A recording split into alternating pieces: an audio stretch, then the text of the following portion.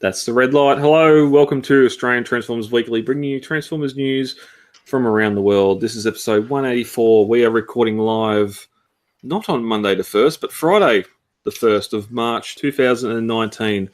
Tonight, sadly, we have the dregs of Toy Fair week to dig through, but there is some all right stuff there we can check out. There's not some nice art. We cut that story. There's some third-party figures coming out. Jada Toys are doing some die-cast versions of our favourite figures as well. And we've got a lot more coming up after this.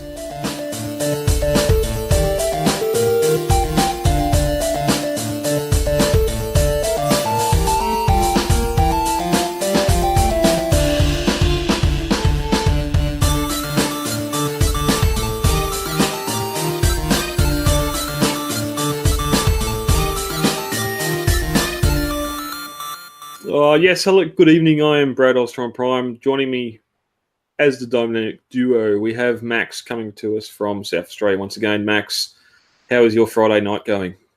A bit hot and bothered, to be honest. Had a nice 40-degree consistent week here, so it's chance to sit down and relax, talk about some Transformers. 2 weeks ago, I rode summer off. I've gone, that's it, summer's over. It's cooling down. The nights are getting cold. I even had the fire going twice. In mid-March. Don't know how much you're allowed to do that, but I'll say no more. In mid-Feb, it dropped down below 10 degrees 2 nights in a row. I think it got to 6 here one night, and the fire got lit because children would not get out of bed in the morning, and I was feeling those chilly breezes. Okay, maybe we can make some exceptions for country Victoria.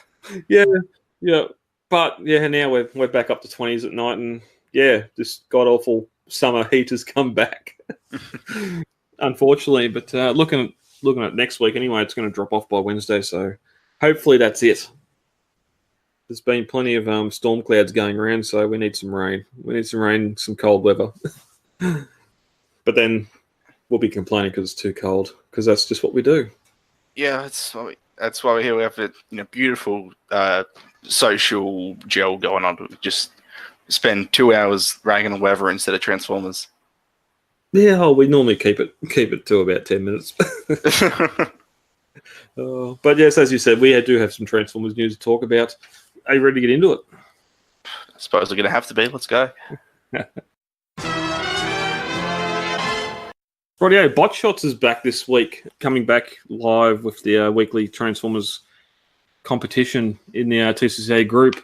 This week, the first winner, back again from last year, Kyle Kirkwood. I'm guessing that's Phoenix? Is that? Yeah, that would be... Yeah, Phoenix, because it's not crumbling apart. Yeah, it's definitely not Kronos. But he's helping Kyle open up a new figure. I'm guessing that's the Zeta Toys logo, upside down. Oh, it says it upside down there. Okay. Should have looked closer at that. Congratulations, Kyle. You are the March Week 1 winner. You're going into the draw for the March winner's spot. And if you do win that, you'll be in the running for a prize at the end of the year. Head over to transformerscca.com for all the information, details, and past winners, and even the competition threads as well there, so you can see what the other figures or what other photos were like in the competition. Yeah, we've got a healthy archive built up by now, don't we? We do. And I think we're going to reuse some of these photos for conventions, just putting them out there on display so people can see what members in the club and that are doing with their figures.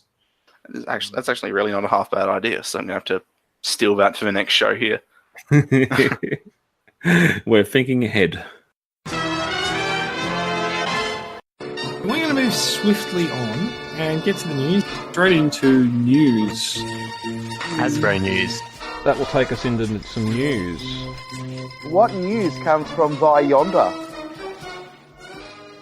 All right, getting into some news this week, and this has caused a lot of arguments and a lot of laughter. We're getting one more repaint of the classic MB10 mold.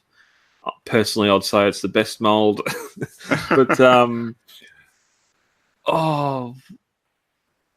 Atmos Safari shoes. Basketball shoes, I'm guessing, because there's a basketball in the thing.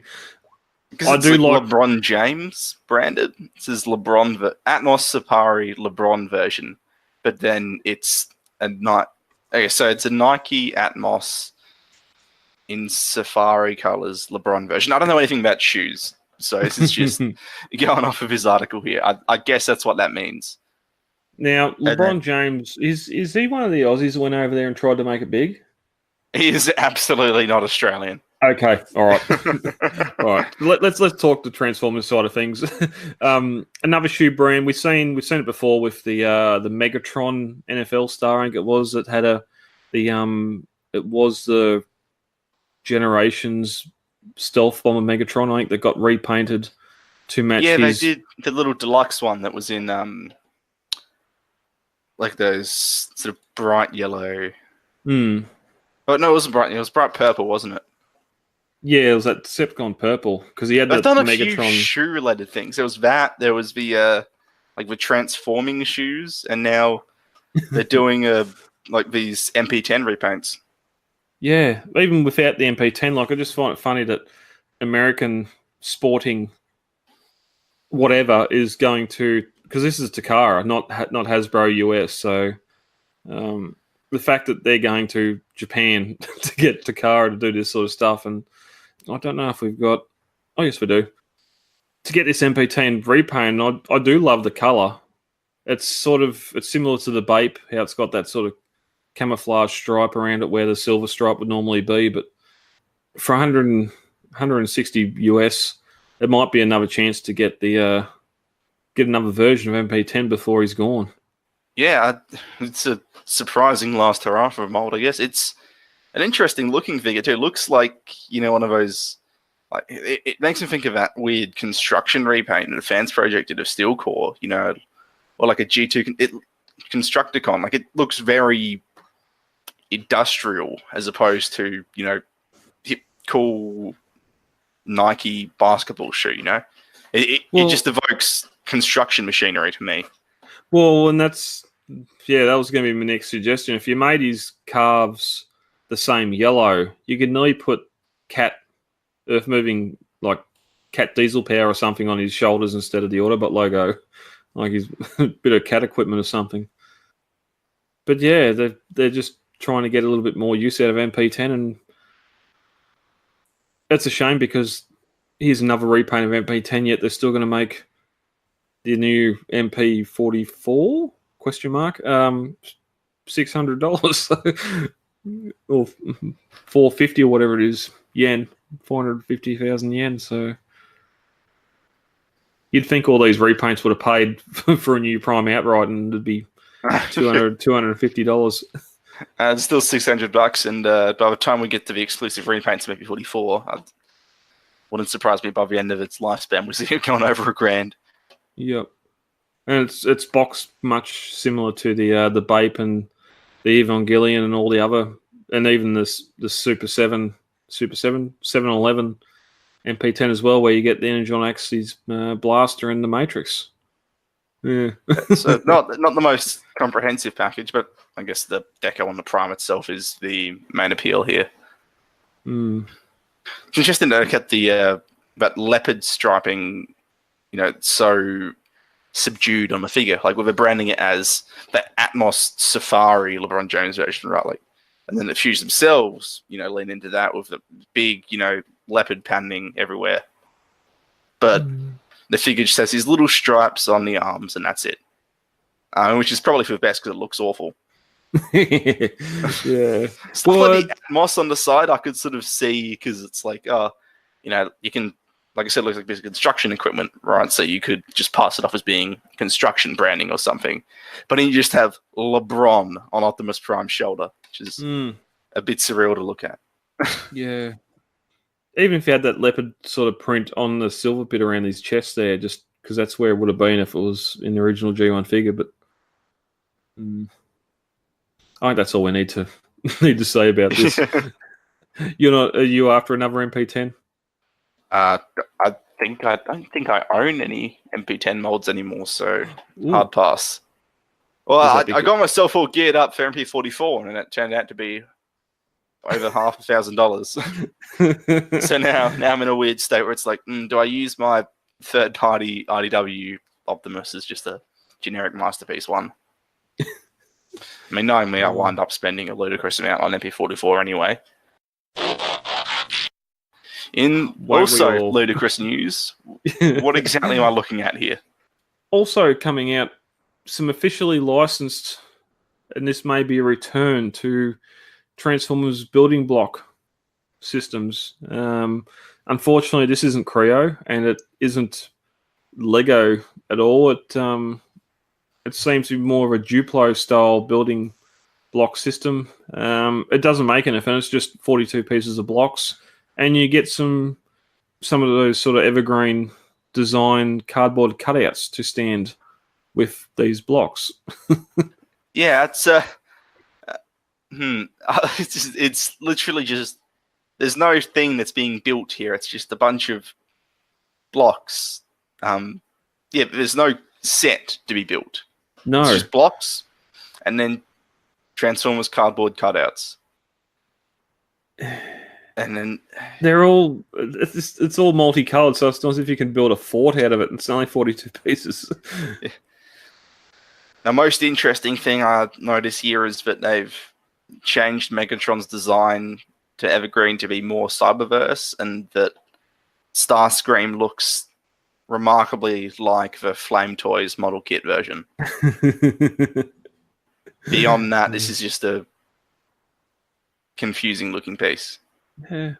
Plus you get all the stickers, you get some faction symbols, you get Buckethead, you get Prime, you get Bumblebee. The number 84, I suppose. Because that means... Oh, it does mean something, okay. Yeah. I'm just... To be honest, I just keep on looking at the character designs because it's the only interesting thing. Like, there's weird choices made here. Like, Prime's chest looks like Make Toys Prime. Megatron's like Cyberverse missing his fusion cannon.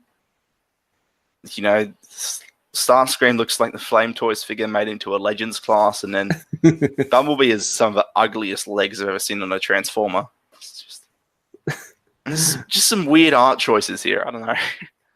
I don't know why this is a thing that's sticking out to me, but it really is.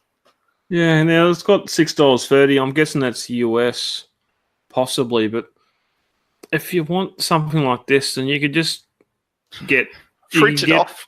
Yeah, you can go to Harvey Norman, go to Google and Google Evergreen characters and put them onto a floppy disk okay, I went there. Put them onto a thumb drive and just go to Harvey Norman, wherever, for 10-cent prints and get a 64. Yeah, it was this sort of thing. Cut them out.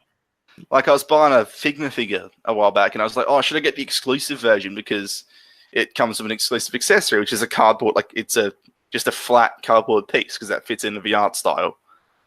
And I was like, well, hold on, if it's just a flat cardboard piece that's been laminated, couldn't I just laminate a piece of paper and cut that up?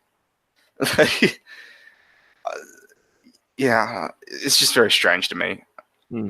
There's far better designs out there that you can get off Google Images to print out to make a little stand. We're probably sticking on this more than we should, aren't we? We are. I suppose it is just a news agency gift. Yeah.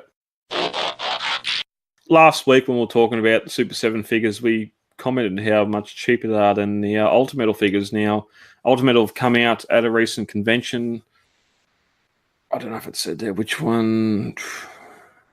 No, they've come out recently with their final images of their Ultimetal Megatron, and he is bling with some chrome all over. Yeah, that's a questionable decision. Like, I'm not saying chrome doesn't work for Megatron, but it's very different to what they did for Prime, Prime did not have that sort of finish on him whatsoever. It was just basically just, the same sort of art style as MP10. This is confusing to me. It's one of those things too, like, okay. I complain with the Masterpiece line how they do revisions every 5 to 10 figures going in new directions and all that. And here it's only the third figure and they're already going with a new direction colour. As you're saying, that Prime was pretty much a matte red, and that there was not a lot of chrome bling on him. Where here, if you're going to do a sort of a plus or a exclusive version, then yeah, go full chrome. But this should be that sort of G1 grey, just that dull grey like the Masterpiece figure or something, just to match. Because currently this figure and that Optimus Prime wouldn't look good side by side. No, they definitely would not. This is, and bear in mind also, this thing is $1,000. Yeah, yeah. Whereas you could just buy the MAS one for $300-400, and maybe be happier because you're not constantly in fear of it, breaking. Because if you break it, you've broken a $1,000 piece. Mm. Well, yeah, and I see a lot of the sort of the Combiner Wars Titans Return Megatron this more than G1 as well. Maybe just how blocky, like his legs are. Yeah. If you're paying that much for a figure, you want it to be pretty good. Coming up next, and we've got a couple of stories here from Shockwave Labs. They're releasing some LED light systems for some retail figures here for the Siege Voyager Optimus Prime. They've got a unit here that can go in his chest and you can light his darkest hour. Unfortunately, he can't pull his canopy windows open to bring that matrix out. But no, I suppose even MP10 can't pull that off. Yeah. Maybe half the reason they're making a new one anyway. Yeah, but that's the modular system there for it, enclosed It's quite factory. A clever little way to approach it, really. Just there's a gap in his chest, make a big block that sits in there. It's Why? Super simple stuff. I wonder why that gap's there to start with. Is there something in the original figure that should go there? Hold on, I gotta Google this now because I feel like I should know this. Yeah. Like I just missed that there's a gimmick in his chest for some reason. Because I'm thinking sort of the Power. I think it was Power the Primes where they had the gimmick where you could peg Power the Prime Masters into chest. Yeah, it looks set for like a Prime Master Matrix type thing, doesn't it? Yeah. And I don't see any. I haven't seen any mention of that. If I'm being an idiot right now, I need you to cut this because I could be sounding completely stupid. Well, I can sound like more of an idiot. We've talked about the Siege Voyager Prime before, and I don't remember even seeing photos of his windows opening. So I don't know if there's some mods going on here, or because even the big Evolution Prime, the leader one that had. Okay, so so just looking at it on TF Wiki now, this is why we didn't hear about it, because it was like an unintended thing or not a marketed thing. So if you open the windows in truck mode, he has a matrix there. But because of the way he transforms, it doesn't show in his chest in robot mode. And so just either by coincidence or design, you can fit one of those Prime Masters or Matrix Cores or whatever any of those variant of things can fit in his chest. So it's an unmarketed feature, but yeah, you can fit one of those Matrix things in there. And I suppose they've just taken advantage of that. But it seems like originally the way they built the transformation, it just so happened that, there's a gap in his chest. And they're like, well, what if we rework and like resculpt things within his chest so that you can repurpose one of those old matrices and put it in there? This question might not go anywhere, but in Combiner Wars, we had the Combiner Wars Prime that combined. In Titans Return, we had the triple changer, the G2, like the tanker Prime. That was Power of the Primes, wasn't it? Or Titans Return. Titans Return, yeah, that was the tanker Prime. Yeah, tanker Prime. Voyager as well. Did it? It didn't have a headmaster, did it? Oh, it did. Yeah, that definitely had a headmaster. Okay. Then we went into Power of the Primes, and we had the leader one that evolution with the Orion Pax that would become his chest. Yeah, I can't. So now, did that like Power Master Prime come out in Titans Return? In everyone was an Ultra Magnus retool, because That it had a headmaster, didn't it? Yeah. So it was like they did that, and then they did a similar sort of thing in Powerful Primes, didn't they? It's so now weird. It's like there's a lot of primes recently. yeah, there is. That's why I'm having trouble remembering all. But it's sort of it'd be like if Siege Hound had a headmaster. It's just like one of these old gimmicks from a previous line that somehow is still in these new figures. I mean, it's there has been a lot of interplay. We're in the Prime Wars trilogy. There was a lot of crossing over. Yeah. So like the little Matrix cores use the same skeleton, I suppose you could say, as the headmasters, but they were never explicitly like, oh, hey, here's the interplay between these two lines. They never said, oh, hey, Powerful Primes, you can put these combiner limbs on the Combiner Wars stuff, except like you absolutely could. Right? So it was never stuff where I went, hey, there's integration here. It was just sort of, just by happenstance, all these lines share commonality with each other. And Siege has been a bit more of a departure from the styles of those lines. But you still see, I think we're still seeing little vestiges of the Prime Wars trilogy here and there. I wonder if, and this might come back in a few weeks' time, I wonder if, because we had that leader for Power of the Primes, I wonder if this was going to be a deluxe and they've decided to hold off. Because we normally, especially the movie lines, we normally get a Prime in every size scale. Do we? I wonder. We used to. I think it's they do all but one. Yeah. Don't know. I don't know why I'm pointing. I'm just a weird thing. Yeah, I'm just wondering if this is the Power of the Primes Deluxe Prime skeleton that never got used, so they've reused it here. I think it's I don't know. It seems to be quite in line with Siege as a whole. That very, just G1 with a bit more Cybertronian on it. Yeah. But it's not the only one. Getting back to the story we're actually supposed to be talking about, the light up effects. They've also made a set for the movie masterpiece Barricade as well, which I haven't heard a lot of good things about. I've got the deluxe. I could tell you great things about it. Okay, that's all right. Has it even been released? It had a really strange release where it just sort of came out in various iterations over the course of 6 months. And obviously, since if there's good things to be talked about, then obviously people have got it in hand. So dirt for me. I think it's one of the better, regarded as one of the better movie masterpieces. I might be thinking about Ironhide. Yeah, that one is. I think that one's quite notoriously bad. Yeah, okay. I do laugh here.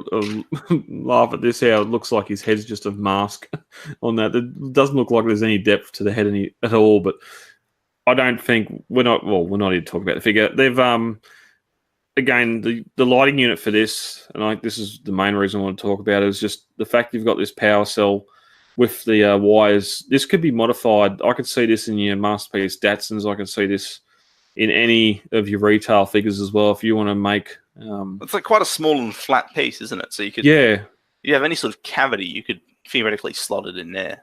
Yeah. It might not help with transformation, but again, if your bots stay in bot mode for the most of the time, then just a little light up accessory like this, I reckon, could be quite beneficial.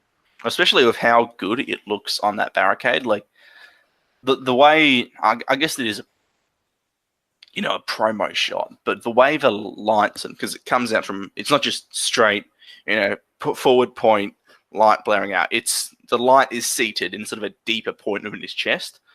So you get there's a lot of depth to where the light is showing. So it gives the figure this sense of depth, I guess, and a bit of complexity because you have a light on different surfaces. And so just adds a bit of realism to it.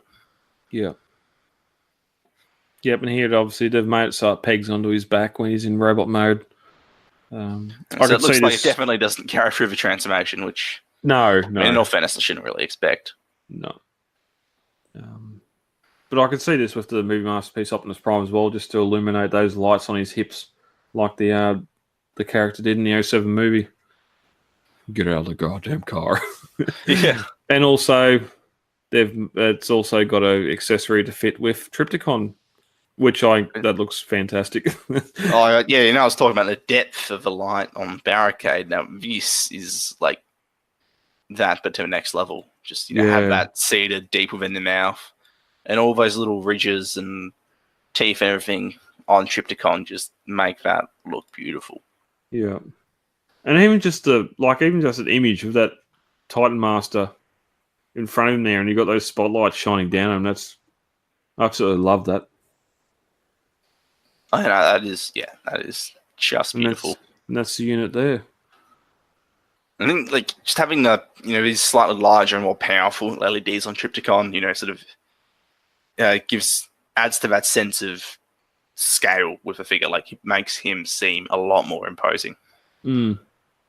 And it's good too. Like you got you got the connector there, so like even if you're going to have him in Trypticon mode, like there we've got is it full tilt on his chest? Yeah, I think. But when you've got sort of his chest covered, you could unplug that at the back so you don't have the lights trying to push through that translucent green, and then just have them on, plug it back in when you got that flap down. Even now, just trying to think where that all goes in city mode. That'd be probably some good spotlights when it's in city mode as well. Yeah, do you own a Trypticon? I do. It's probably my favourite figure from the last year. Although it's probably a 2017 release. So. I don't know. I don't know if I'd go. I'll have to wait and see how much they're going to be. Does that arrow down the bottom? Does that end up on his stomach in city mode, or on top? On top, because either side that folds down to become sort of wings at the side in both city mode and jet mode. So those lights will be pointing straight up in the air. From memory. Yeah, which for a city mode kind of fits quite well. Like, especially it's more of a military base type thing. Yeah, plus how many times, especially you see sort of spotlights just shining straight up in the air. Yeah, I don't know if you get much use out of the mouth one, but I wonder if you get a set of some of those little toy hack stickers and stick a faction symbol over it and have that project up onto a roof. Yeah. I mean, interestingly here, it does look like the two LEDs here are connected by one wire, which seems to me like, how Trypticon has a gimmick where you can feed the Titan Masters through his esophagus. Looks like the wiring there uses that to connect the two. So there's a battery pack on the chest-mounted lights that feeds both that and the mouth-mounted ones. So I don't know how well that would go in transformation, because I don't know where his head ends up. Exactly. His head doesn't move. His head just stays on his back. Okay, so this one would carry through transformation then? Yeah. That's pretty good. The only thing you'd have to sort of keep an eye on is when you're rotating, because the head's got a neck rotation. If you sat there and just started rotating your head around, you're going to twist those wires up to the point where they're going to probably pull out of somewhere, or it might just pull the unit out of the back of his head. Yeah, it's true. I mean, people will be smart enough to not do that. Well, again, you'd hope. Yeah, this is for figures that are on your display and not being played with, so not by children anyway. Moving on to something again that you probably wouldn't want children to play with. Zeta Toys have revealed ZV-01 Pioneer, which is their version of Bumblebee movie VW Beetle Bumblebee. Max, we're talking before in the pre-show about you got the free A. They call it deluxe, isn't it? Yeah, because it's separate to their premium scale stuff. Yeah, so it's a little bit smaller in both price and scale. Yeah, so that's meant a lot of people have jumped on that just instinctively, because like, oh well, there's a cheaper 3A figure and it's the only actually accurate version of this Bumblebee, so we'll go for that. Whereas now you have this guy coming along and actually transforming. There's no shots of it in alt mode, but again, like parts count. You got his blade on his wrist. You got the I'd call it the Waspinator face or Stinger face. Yeah. Sort of a version of that hammer he had from the last night. Seems entirely superfluous. But yeah. I mean, it showed up in concept art for that weird cut Vietnam War scene from when it was a very different movie. Yep. The hand blaster as well. I think the thing is, like, is less of an expectation of the sort of accessories that this will come with compared to the 3A ones. So, transforming figures typically don't have swappable hands because they don't do too well with transformation, whereas a premium action figure like the 3A one, well, it's just an expectation, but the hands will be swappable. So it's different accessories here. And that's sort of one of the things. If you don't have an engineering budget or don't have to worry about the engineering of a transformation, you can put that into the accessories, have hands that detach, plug in weapons, swords, maces, lights, LEDs, God knows what else. Yeah. It seems like a Toy World / Zeta Toys / whoever the hell, like whatever's going on with this group of people now, like that seems to be a place to go in theory for transforming versions of a Bumblebee movie characters, because they've done this. They said they're going to attempt Shadow and Dropkick, and I say attempt because that's what they said. They said, we'll try and do this, but God knows how that's going to go. Make sure changes of those. And then they're also announced that they're doing a Prime as well. So this is a place for transforming versions. And look how tidy that is. Yeah, they even keep the sort of spinal column detail. Yeah. It's really apparent in the start of the movie. Yeah. It's kind of one of the nicer details from the robots in Bumblebee. Yeah. And we talked about the Masterpiece one, about the legs and the feet, and just how tidy this looks. For transforming into essentially the same alt mode as the original MPB anyway.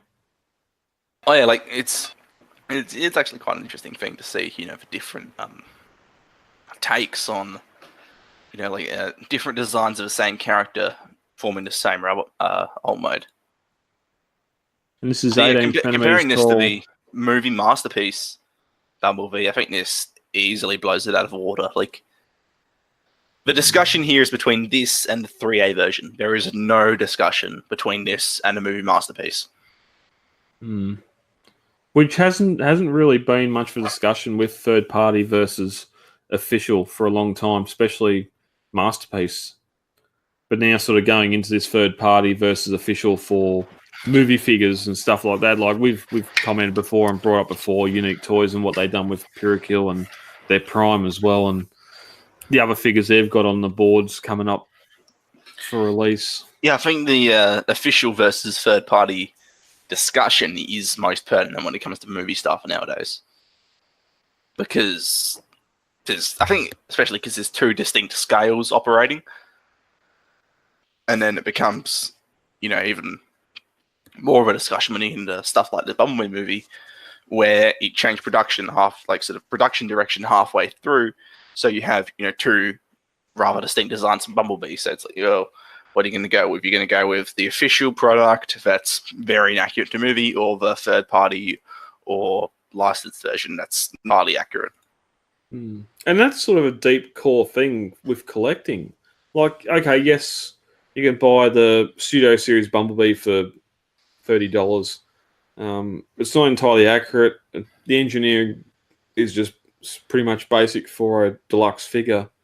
And you're paying that price for that engineering. But if you're I want the Bumblebee cast on my shelf as accurate as possible, well, surely that's going to involve paying more for a third party company with what they offer and not staying with official. Yeah, and especially when you think about the potential of the later stuff when it comes to Toy World and 3A, right? Where Toy World says, "Oh, we're going to Dropkick and Shatter, and Prime as well." It's like, well, you think of how much those are going to have to transform. That's very distinct alt modes into two very separate alt modes. That twice over, and then 3A is done like $250 Blitzwing, right? And so if you want it, in theory, Bumblebee's got quite a small cast, but if you want actual accurate versions of that cast, you're going to be forking over a lot of money for it. Well, and that's it. And the general theory is that Bumblebee's the best live action movie, so we're going to want figures and characters from that film. It's the first one I personally feel motivated to go out of my way to collect, like just a solid set of the core cast. And we've talked again previously before about how Hasbro's, I think, smartly going for individual robot alt modes for Shatter and Dropkick, both for car and jet or car and helicopter, not trying to do the triple changer, because I really don't think they could get it on their budget they got to work with. Where it's like Hasbro just went screw it and did individual versions. So because I don't know if it can be done. Well, I think that's for the best. I don't. Absolutely, especially in the case of Dropkick, where the car version that they made is just straight up Dropkick from the first scene on Earth. Like, that is accurate to the movie. Yeah. So you can't really complain there. Yep, and I'll be more than happy to pay $30 for that and have it on the display shelf as Dropkick from Bumblebee. It's no different to Age of Extinction and The Last Night Drift. Yeah, absolutely. More so, especially when he's got no visible helicopter parts. Right? Yeah. It's just like he's quite a distinct Mercedes design in Last Night. So yeah, but even Age of Extinction, he transformed once in the desert. His only real helicopter junk he's got is his swords, which, of course, toys are going to make those into his rotor blades, and he transforms again later on when they get to KSI, and I don't really need a helicopter drift, even though we got to see one last week out of that Dropkick mold. It's funny how that helicopter one, which is very much a secondary mode with less kibble on it in robot mode, turned out as the more accurate drift figure. Again, that you got a toy budget, you got a size budget, trying to get the most detail you can in there, and back to this guy. Better. what would you say between the? We've got 3 major Bumblebees on the market right now, or 4 if you count the Studio Series. So 3A, Zeta Toys, Masterpiece, Studio Series. What's it for you? Both for Bumblebee himself and like collecting the movie as a whole. I personally like this one. Looks the best in robot mode. We'll have to wait and see how it all condenses down into old mode. But again, it's a VW Beetle, so I don't see it being too hard to, or it's going to be hard to do, but I don't think the old mode's going to look that bad. Yeah, there seems to be a lot of it in just basically on his back and in his lower legs. Yeah. And of course, like ultimately, yes, you'd go to Pseudo Series because that is supposed to be Hasbro's definitive version of Bumblebee, but I'm just after that one character. There's been a few figures like I'd happily sell. Actually, I did happily sell Age of Extinction Lockdown, and I'd love to get Pyrokill one day. Although its price has probably doubled because of how good that figure is and word of mouth. But yeah. That is the thing. Is well, you do have a lot of options nowadays. You know, you're not just stuck with going for one avenue. Like movie stuff, all of a sudden became maybe the most varied place in the Transformers market. Yeah, but at least we've seen the movie, and now we're seeing these figures come out and seeing how good they look, and we can pre-order. We can do whatever we need to with them. It's one thing I didn't mention with the whole news about the animated Netflix TV series that's coming. Like, it's media for Siege that's beyond Siege. We said the same thing with Titans Return and Combiner Wars when Machinima brought those out after the fact. I need media for these figures to collect. There's nothing. Siege isn't tooting any horns or nothing. My son's I think because there's a difference between making the toy line after the media and the media after the toy line. Yeah. Well, my son's just been on the computer the last few days. He's been getting deep into War 4 and 4 Cybertron, the computer games, and I've been getting going. I've got talking better of him. Had the War for Cybertron Prime and even the 4 Cybertron Starscream out, and just playing around with those figures again. And I just really love being able to play those games, and even just on YouTube, if I've got a spare 10 minutes just watching. There's been a couple of people doing playthrough videos, but have made them into movie length things. So you can go and watch a 2-hour movie of War for Cybertron's playthrough, and it's not like you're sitting behind someone playing the PlayStation. You're bored. You're interested in what's going on screen because it's telling the story, and it's just like a movie.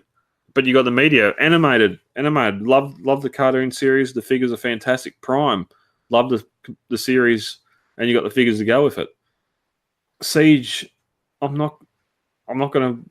I think the thing with Siege is it's like, G1 stuff is a lot of Transformers franchises have been just, you all remember G1, so here's G1 as figures nowadays. Whereas Siege is going to be like, we did G1, but we changed it up a bit, and now there's going to be a cartoon based on it next year.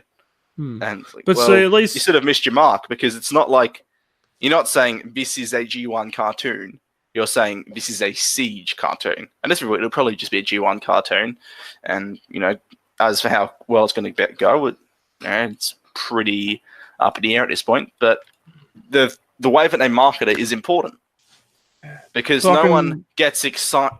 The reason why you get excited for a toy, the reason why I'm excited for 3A Bumblebee is because I watched Bumblebee and I loved it, and I love that take on the character. So I want to spend a lot of money on that figure. Exactly. Whereas you don't get the same feeling going from a toy to a cartoon, right?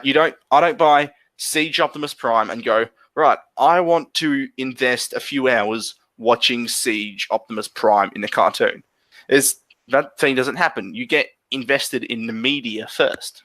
Exactly. Can you imagine if we had the 84, 85 Transformers G1 toy line come out and not have any online media, no cartoon until in 86 Transformers the movie? No one's going to buy G1 Optimus Prime because he dies in the first 5 minutes. He's going to be the wheelie of the franchise. It'd be a reverse Star Wars. Well, yeah.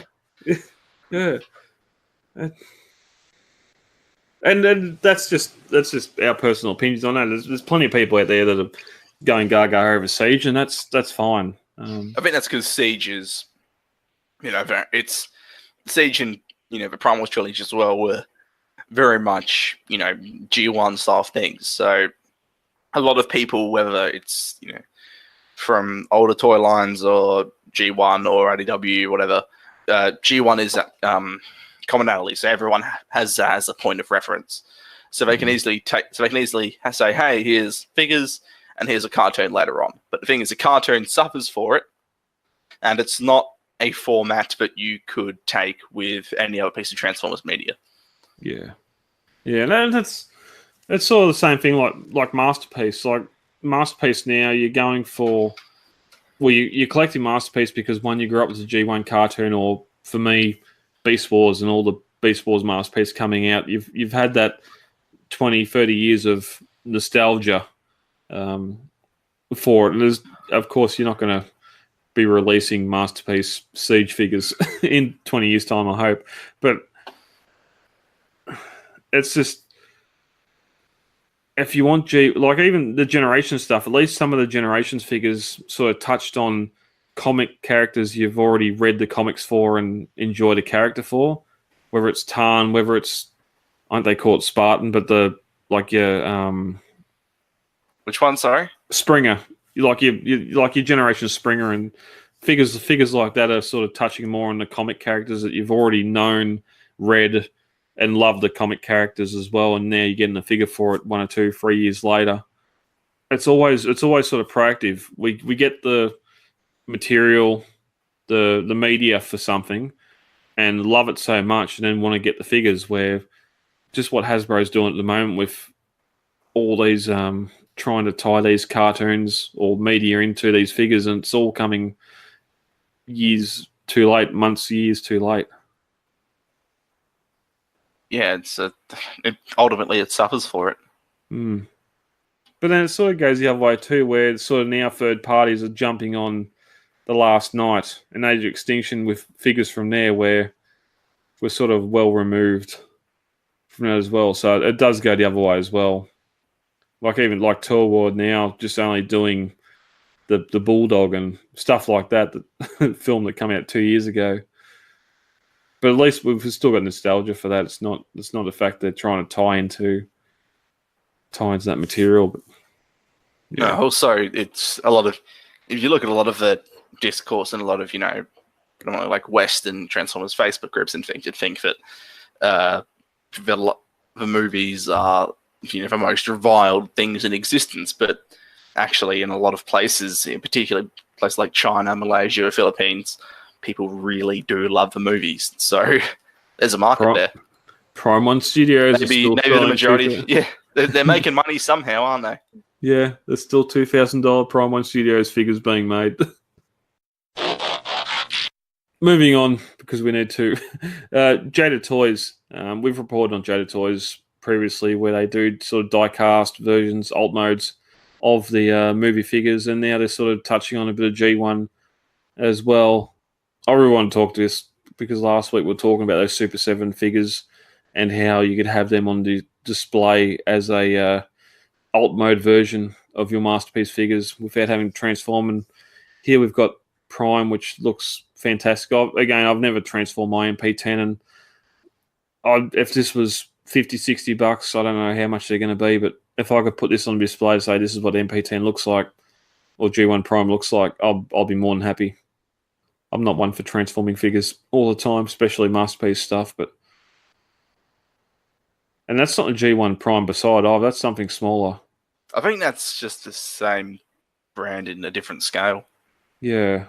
There's definitely, I think that the existence of these speaks to the idea that, the G1 vehicle modes are are just iconic as almost as iconic as the robot modes. Where's his trailer? Yeah. And that's seeing a lot of praise for those Super 7 figures, how much Prime 1 and Frio statues sell. The whole notion of it needs to transform, I think, that's just a nitpick as much as the movie Decepticons look like tinfoil. I can't get behind it at all. But they've had the I'm going to say that's the Age of Extinction Bumblebee. We've seen. I think that's the last night one because that's the ugly version. Oh, okay. Yeah. But interesting enough, they're going to some more G1 stuff as well, which here we have a pretty much spot-on looking tracks with the even down to having its head inside behind the window, which is interesting considering it doesn't transform. But here we have a nice looking Jazz as well, which looks a lot like the Toy World Downbeat. Obviously a non-transforming figure, die-cast car, but you can see the racing cage in there. There's no sign of any robot junk, but what is going on with that tracks? I didn't notice that before. What's going on? His head is inside the windscreen. Yeah, I guess it's homaging the toy, which, kudos to them. Or have they just used the MP tracks alt mode as their reference? No, but because that's quite deliberate, I think. That's because it's very much just his head face down. So I think they've gone, screw it. It's homage for toy a bit. But even that Jazz is the Toy World Downbeat. It's got the real thick rear racing tyre. That's not as much G1 Jazz cartoon version as what Toy World were doing with that alt mode for their figure. I reckon they ripped artwork off here. Yeah, well, I mean, ATW artists have, been seen just, drawing in third-party figure designs and, making things look like keep the details of a toy. Like there was art for the new comic series that had Megatron with mushroom pegs on his thighs. So, I imagine they just had said, hey, artist, draw this and we'll make it. And then artist drew it with a frame of reference. And then they made it, and by the time they made it, it's like, oh no, this is based off of a third-party figure, and this is based off of the original toy.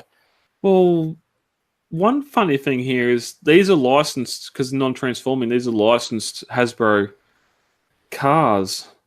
I'd love if Hasbro's going and just taking box art for third-party companies and saying, "Here, this is what the car looks like." Yeah, it's interesting. Yeah.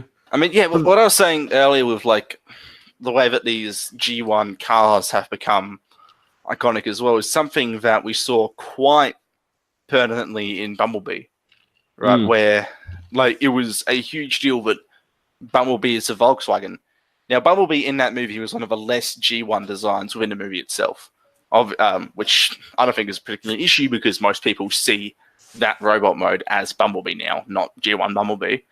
But you know that him being a Volkswagen in that movie was like it's an important frame of reference.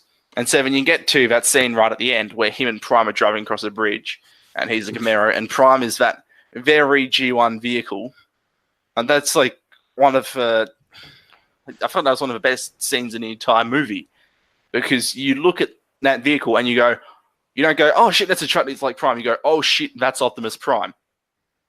You know, because that truck mode is as iconic as the robot mode itself.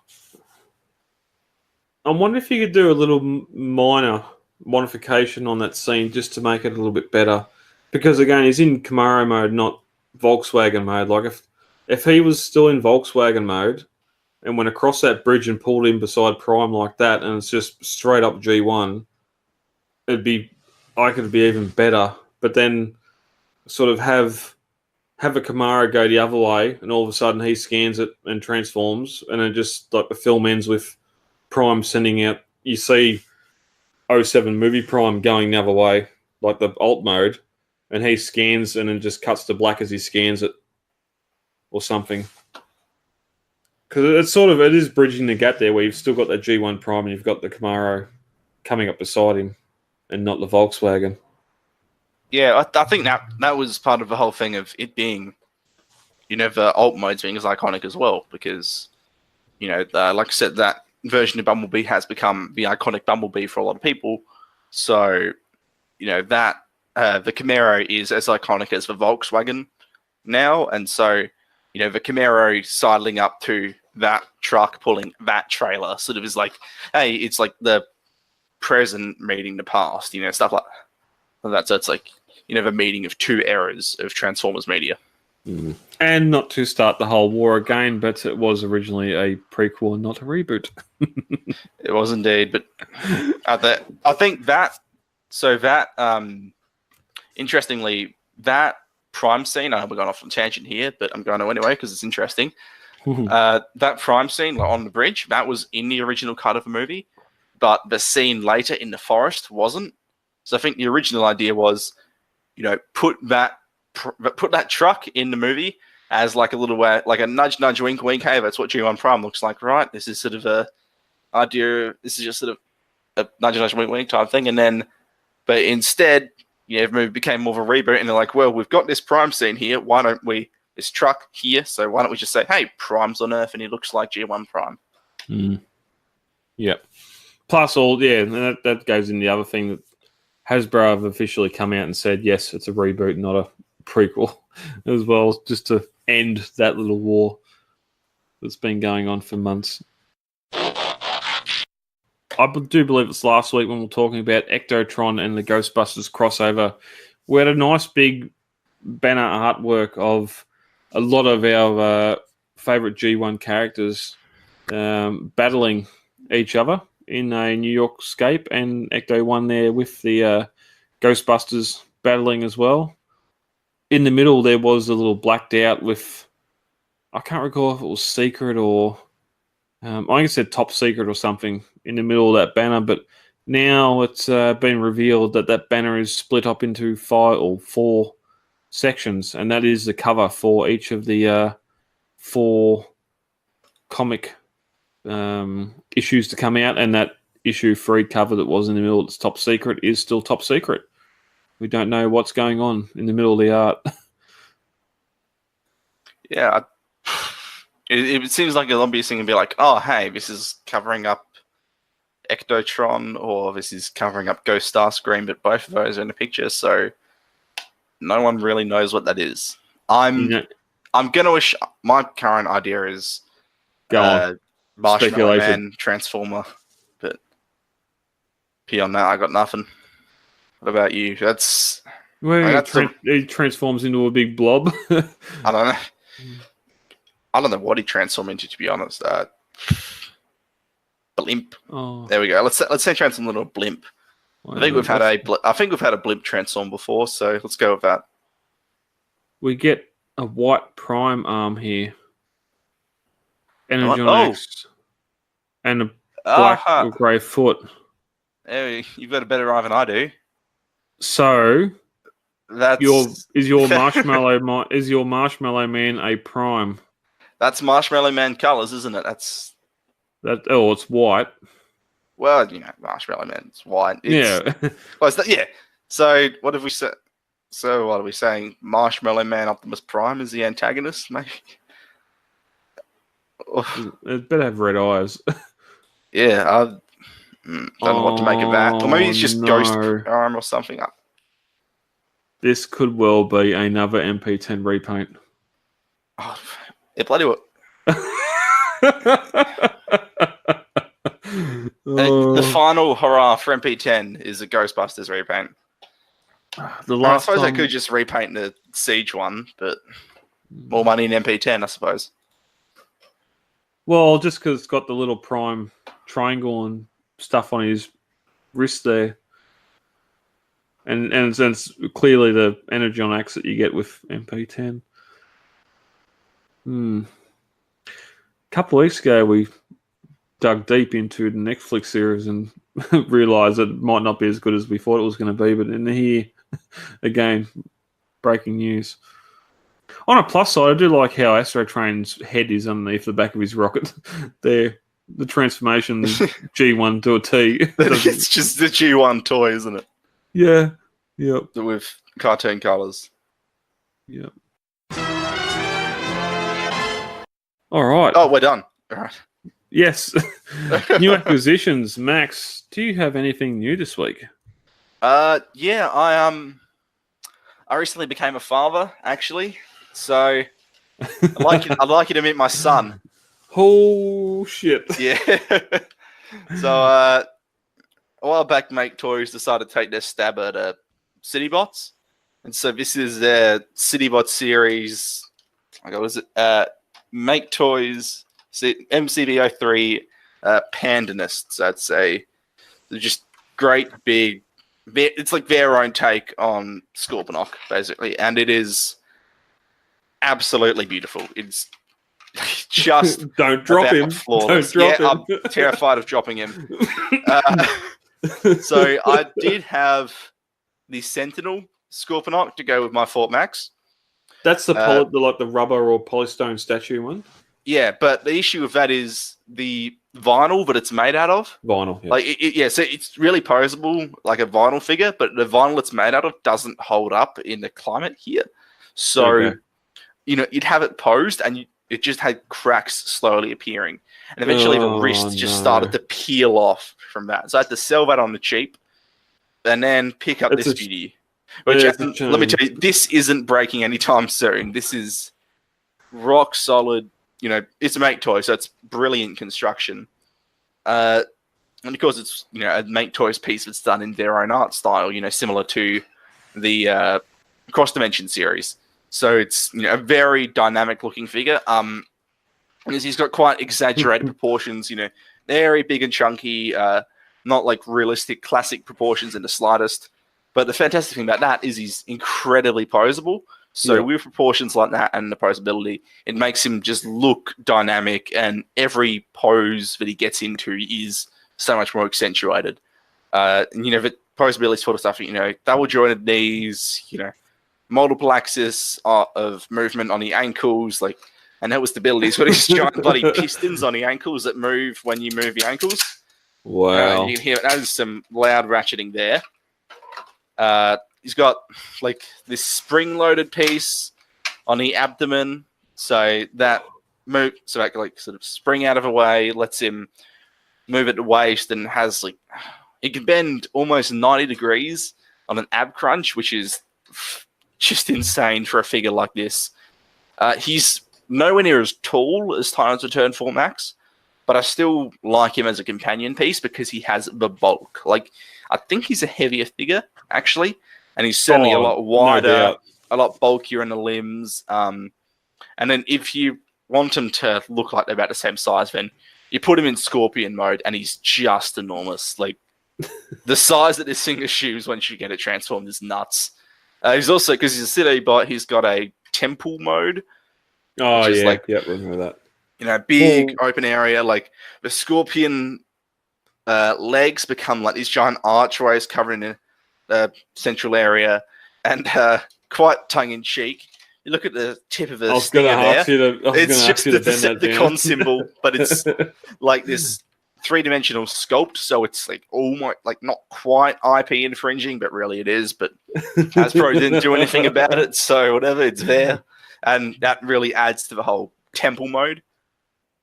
Beautiful construction. The sculpt on this thing is amazing. Like, the color separation is just beautiful. So, you know, nothing gets lost. It's all, you know, there's some, you know, it's greens, silvers, and like it's translucent orange, and it's all really well separated, so it makes him look quite visually striking.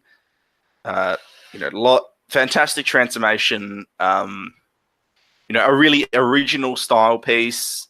There's always extra details, like, you know, I can pull off, like, detach his claws here, and you see there I can fold around a fully posable, like, regular hand. There's just no reason other than that's a good feature to have. It's like, yeah, I'm absolutely blown away by this piece. If you can get it for a decent price, absolutely buy this. This is, I doubt there'll ever be a better Scorponok. Without going into the finer details, the price this compared to that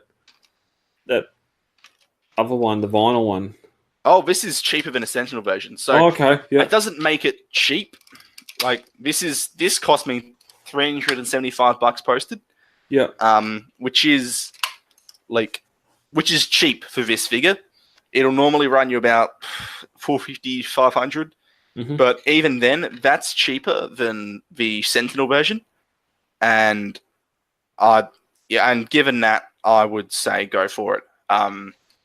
Well, maybe not go for it for, you know, the $500, but if you're, you know, tossing up between the two, get this over the Sentinel version, because the value of it is just much more value there. I have a challenge for you for bot shots next week. Get something of this in. I want to see this in Scorpion mode and Fort Max in City mode. This is just climbing over it. That sounds difficult, but I'll have a crack at it somehow. Well, I'll get it out and about somewhere and get a good shot at that. I wanted to use this at bot shots, and then bot shots just sort of slipped by me this week, but I do want to get this in bot shots next week. What is the transformation like? Is it pretty simple, or is it pretty complex in parts? It's simple and quite clever. Like, the way his movement and mass is excellent. You know, his torso telescopes out to allow you more room to do stuff. The way the legs, like the panel the legs are on, and the Scorpion Tower transforms wonderful. Like, his actual robot mode legs fold all the way over. You know, it's quite a clever transformation. It's just really difficult because he's just massive. I was going to say, I sense huge bloody figure. Like, it is physically difficult to transform this thing because it's just, it's overwhelming. And I do have to recommend it as, I'd call it the best Scorponok out there. Until the Titans return, the Titan one comes along. Yeah, it's probably coming, isn't it? Like, they're doing all the other ones from that poll, so we might as well. Yeah. I wonder if we'll have a headmaster or not. Anyway. I imagine so. Yeah, you'd think it's part of it. All right, I've got nothing. Again. Pretty good heavy for the night. Yeah. So, is that us then? Nothing for you? That's us. Nah, nothing for me. Actually meant to get a decent episode out of a slow news week and just the two of us. Yeah. I'll be happy with that. Heading to Kmart in another town tomorrow, so I'll have a look in there and see what's there. Last time I was there, I got that World War II Bumblebee. Interesting new Siege and Studio Series stuff. I'd just love to see something CG out so I can see the figures in hand. I'd like to get a Prime. I'd like to get some other figures as well, but I just need to see them in stores. They're not out here anywhere. So, thank you, Hasbro. Yeah, I'm like, there's one thing that's appealed to me with Siege, and I've already bought it. It's like that's that exclusive Megatron. So beyond that, Siege is going to be an easygoing line. It seems the hunt isn't as exciting as it used to be for Transformers. I think everyone just goes to online. It's like, I looked at this Megatron that got revealed, and I was like, when are we going to buy this? Oh, great, retail price online. Buy that, done. I don't think I've bought something from a physical store. I don't think I've bought something from a physical store since 2017, to be honest. Wow. Like, I legitimately think the last thing I bought might have been Deluxe Barricade from the last night. That was a while ago. Oh, all right, ready to get here for the night. If you want to find out more, we do this recording on behalf of Australian Transformers Collectors Club Australia. You can find everything we do over there at transformerscca.com.